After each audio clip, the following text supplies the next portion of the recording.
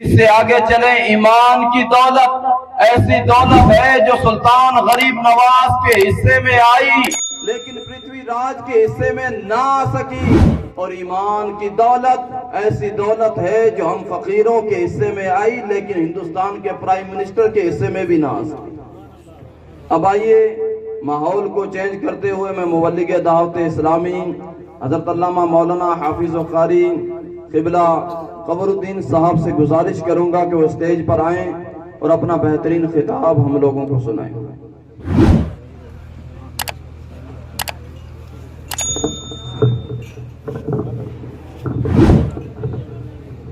صلو علی الحبیب صلی اللہ تعالی علی محمد صلی اللہ تعالی علیہ وآلہ وسلم۔ الحمدللہ رب العالمین والصلاة والسلام علی سید المرسلین، اما بعد فاعوذ باللہ من الشیطان الرجیم، بسم اللہ الرحمن الرحیم۔ خیرکم من تعلم القرآن وعلمہ، صدق اللہ العظیم وبلغنا رسولہ النبی الکریم، ونحن علی ذالک لمن الشاہدین والشاکرین والحمدللہ رب العالمین۔ پیارے آقا مدینے والے مصطفیٰ صلی اللہ تعالیٰ علیہ وآلہ وسلم کا فرمان عالی شان ہے کہ جس نے مجھ پر ایک مرتبہ درود پاک پڑھا، اللہ تبارک و تعالیٰ اس پر 10 رحمتیں نازل فرماتا ہے، اور جس نے مجھ پر 10 مرتبہ درود پاک پڑھا، اللہ تبارک و تعالیٰ اس پر 100 رحمتیں نازل فرماتا ہے۔ اور پھر آگے فرمایا کہ جس نے مجھ پر 100 مرتبہ درود پاک پڑھا، اللہ تبارک و تعالیٰ اس کی دونوں آنکھوں کے درمیان یعنی پیشانی پر لکھ دیتا ہے کہ بندہ نفاق اور جہنم کی آگ سے بری ہے۔ صلو علی الحبیب صلی اللہ تعالی علی محمد صلی اللہ تعالی علیہ وآلہ وسلم۔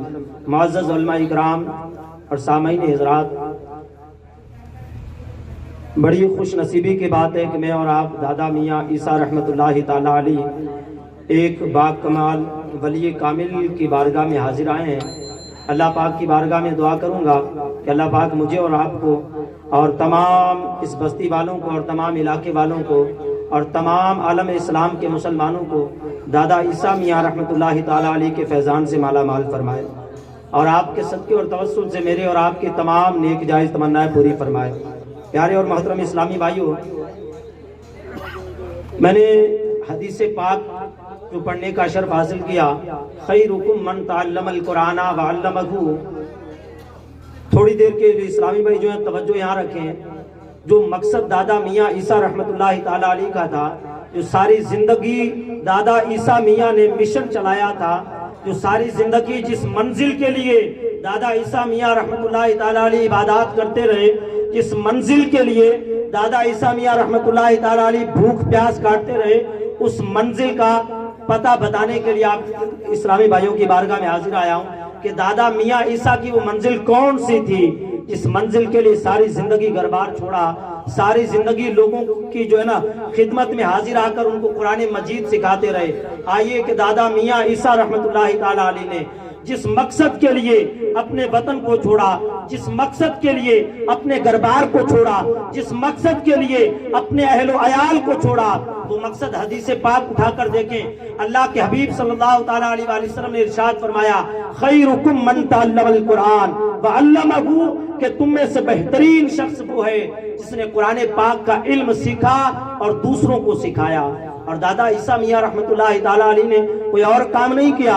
آپ لوگ کیا سمجھتے ہیں کہ صرف چلے کیے، صرف تسبیح پڑھتے رہے؟ نہیں، ان کا مقصد یہ نہیں تھا کہ تسبیح پڑھنا، ان کا مقصد یہ نہیں تھا صرف چلے کرنا، ان کا مقصد واحد، علماء اکرام جو ہے تشریف فرمائے، آپ ان سے پوچھیں، ان کا مقصد واحد یہ تھا اللہ اور اس کے رسول کے دین کا پیغام لوگوں تک پہنچ جائے، قرآن مجید کا پیغام لوگوں تک عام ہو جائے، مصطفیٰ کریم کی سنتیں لوگوں تک عام ہو جائیں، مصطفیٰ کا جو مشن تھا وہ لوگوں تک عام ہو جائے، اور اسی مشن کی پیروی کرتے کرتے آپ نے ساری زندگی گزار دی، اور آج میں اور آپ انہی کے در پہ یہاں فیض حاصل کرنے کے لیے آئے ہیں۔ پیارے اور محترم اسلامی بھائیو، آئیے علم دین کی فضیلت کیا ہے، علم دین کا مرتبہ کیا ہے، آئیے سیدنا سلیمان علیہ نبینا علیہ الصلوۃ والسلام کی بارگاہ میں جاتے ہیں کہ سلیمان علیہ نبینا علیہ الصلوۃ والسلام بتاؤ علم دین کا مرتبہ کیا ہے، علم دین کا مقام کیا ہے، علم سیکھنا کتنی بڑی عبادت ہے، علم سیکھنا کتنی بڑی فضیلت ہے۔ سیدنا سلیمان علیہ نبینا علیہ الصلوۃ والسلام اپنے تخت پر جلوہ فرما ہے،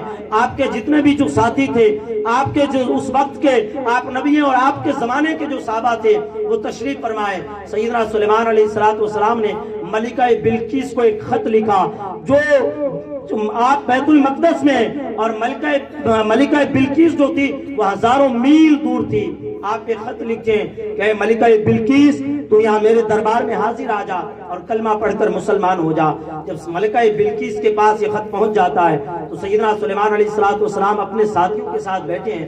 آپ نے کہا کہ میرے ساتھیوں، قرآن مجید میں اللہ نے اس واقعے کو ارشاد فرمایا ہے۔ سیدنا سلیمان علیہ السلام نے فرمایا کہ ساتھیوں، میں چاہتا ہوں کہ ملکہ بلقیس کے یہاں آنے سے پہلے ملکہ بلقیس کا جو تخت ہے وہ یہاں میرے محل میں ہونا چاہیے، میرے پاس ہونا چاہیے۔ اس میں سے ایک جنات بولا، کون بولا؟ ایک جنات کھڑا ہوا، اس نے کہا کہ سلیمان علیہ نبینا علیہ السلام، وہ جو ملکہ بلقیس کا تخت ہے وہ آپ اپنے تخت سے اٹھیں گے نہیں، اس سے پہلے میں یہاں لا کر حاضر کر دوں گا۔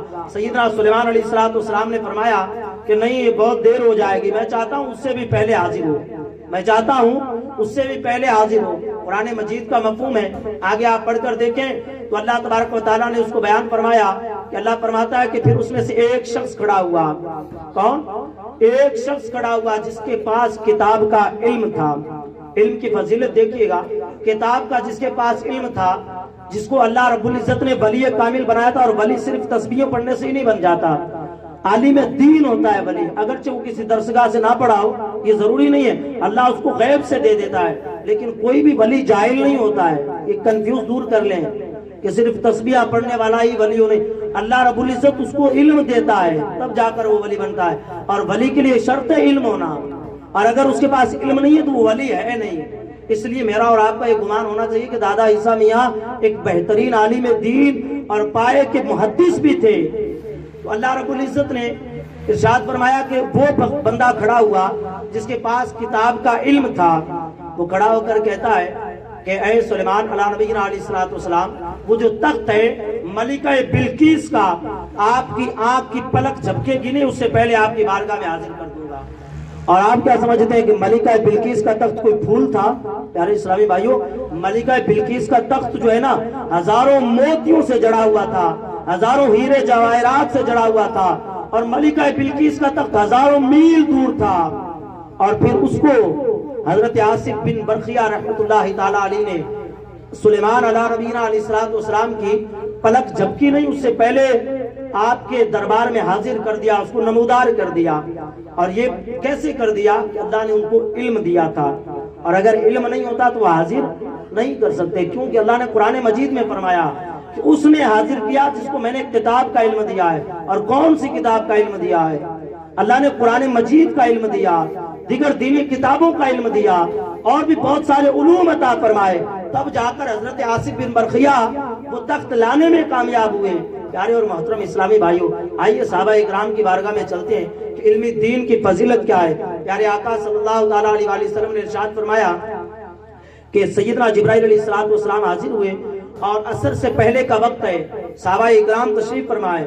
سیدنا جبرائیل علیہ السلام نے فرمایا یا رسول اللہ، فلاں صحابی کی موت کا وقت قریب ہے۔